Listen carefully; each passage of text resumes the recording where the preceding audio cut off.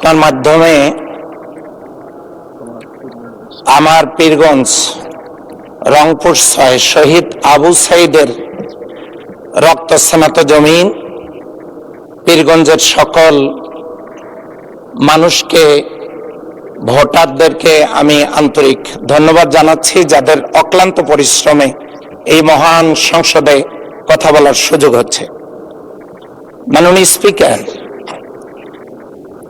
উদ্বোধনী প্রোগ্রামে, আমাদের সংসদের উদ্বোধনী অনুষ্ঠানে শহীদ আবু সাঈদের সম্মানিত পিতা এখানে উপস্থিত ছিলেন সেই রিকশা চালক।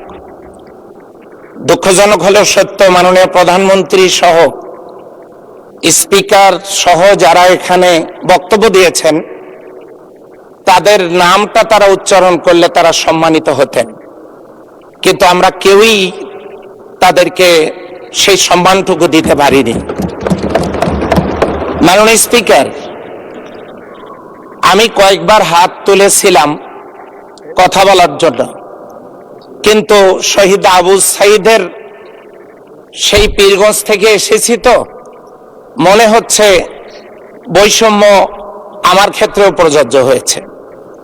শহীদ আবু সাঈদের কবর জিয়ারতে সকল নেতৃবৃন্দ গেছেন, মাননীয় প্রধানমন্ত্রীও সেখানে গেছেন।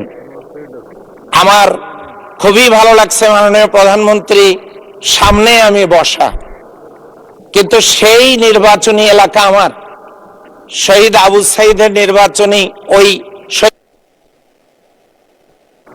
ধন্যবাদ মাননীয় সদস্য।